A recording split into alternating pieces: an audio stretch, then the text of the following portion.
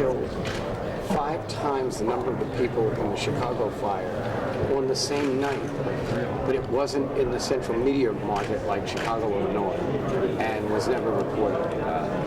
But the reporter in Mrs. O'Leary's cow, I never knew that. Michael Lader. Thanks, Governor. Thank you for telling me. Governor, you feeling watching what was going on today? Bittersweet? I thought it was spectacular. I thought that the most touching part of the speech for me was when the governor talked about the little girl who asked, where were all the people? Why aren't they visiting the Capitol? And it's funny, I still am chagrined at the way the Capitol looks, the barriers, the inability of the tour buses to come down State Street anymore, and the fact that he wants to remove them. And his explanation of the amount of money that was spent on building the Capitol and the great attention to detail and artistic and cultural value of just walking around looking at the wonderful architecture in the building, how it was a statement of how much people care about their government. And he articulated that part of people's dismay is that they don't trust government, so they wouldn't think to come visit the Capitol because they don't think their voice is being heard.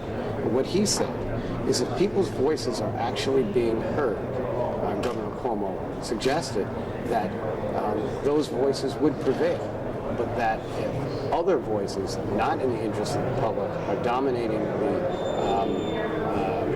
the conversation, then you're not going to get the will of the people followed to fruition here in the Capitol. So I think he laid the foundation of the architecture of his administration, and in many ways has set the tone that I think will bring the state back into a financial recovery.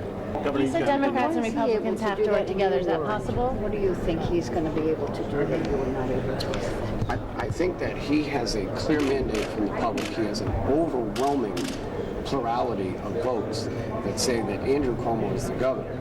I didn't have any votes that said I was the governor. I had a phone call during lunch that said I was the governor. And what this is going to mean for the people of the state of New York is that I think many people will be mindful that if they don't help this governor, if they don't assist this governor, that in 2 years, not the governor, but they will have to explain to the public why they didn't. Governor, what are you going to do next? I'm going to go home.